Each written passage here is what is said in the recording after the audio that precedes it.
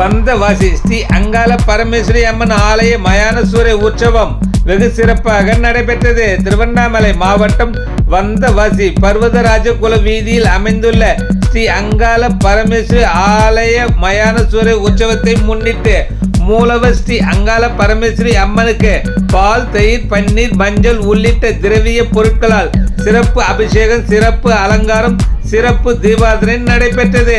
உற்சவ ஸ்ரீ அங்காள பரமேஸ்வரி அம்மன் சிறப்பு அலங்காரத்தில் அலங்கரிக்கப்பட்ட வாகனத்தில் அமர்த்தப்பட்டு ஸ்ரீ அங்காள பரமேஸ்வரி அம்மன் வீதி உலா நடைபெற்றது.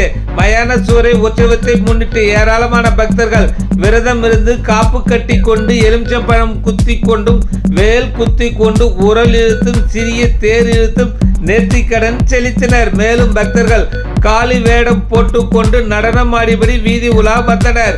சாமி வீதி உலா பர்வதராஜகுல வீதியில் தொடங்கப்பட்டு அச்சரப்பாக்கம் சாலை, பாலோடையார் தெரு, சன்னதி தெரு, பஜார் வீதி உள்ளிட்ட முக்கிய வீதிகள் வழியாக ஊர்வலமாக மயானத்திற்கு சென்றது.